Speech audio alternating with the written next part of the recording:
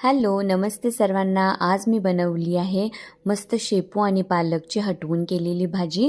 यामध्ये जर चुक्याची भाजी असेल तर मज्जा काही वेगळीच असते, पण चुक्याची भाजी अवेलेबल झाली नाही, त्यामुळे मी या दोन भाज्यांपासूनच ही हटवून भाजी बनवली आहे. तर ह्या भाजीविषयी एक मला खूप छान आठवण आहे लहानपणची. जेव्हाही मम्मी घरात ही भाजी बनवायची ना, तेव्हा मला बिलकुल म्हणजे ही भाजी खावी वाटायची नाही.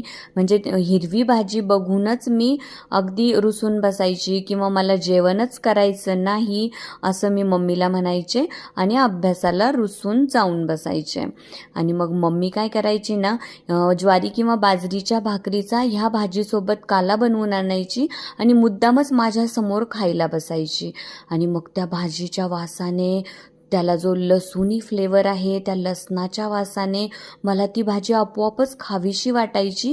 मग मी एखादा घास मम्मीसोबत खाल्ला की बस, पूर्ण काला मी फस्त करून द्यायची. आणि अशा प्रकारे हळूहळू ही भाजी मला खूप आवडायला लागली. पण माझ्या मुलींचं काय झालं ना, की त्यांना लहानपणापासूनच ही भाजी खूप आवडते आणि त्या खूप आवडीने खातात.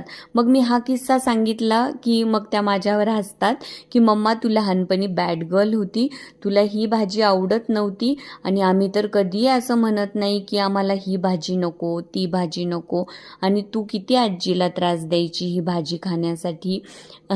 तर बघा, अशा प्रकारे आजची ही रेसिपी सर्वांनी ट्राय करा. एकच नंबर बनते भाजी. आणि मुलांना जर ही भाजी खावीशी वाटत नसेल तर अशाच प्रकारे तुम्ही हळूहळू स्वतः त्यांना खाऊ घाला आणि स्वतः त्यांच्यासाठी प्रयत्न करा आणि त्यांना खाण्याची सवय लावा. अत्यंत पौष्टिक असते ही भाजी आणि मलाही कधीही वाटलं नव्हतं की मम्मीसारखी भाजी मी कधी बनवू शकेन. पण हो, ही रेसिपी एकदम मस्त आहे आणि अगदी मम्मीच्या हाताची चव ह्या भाजीला आहे. तर सर्वांनी ही रेसिपी नक्की ट्राय करा. छान छान खा, मस्त व्यायाम करा.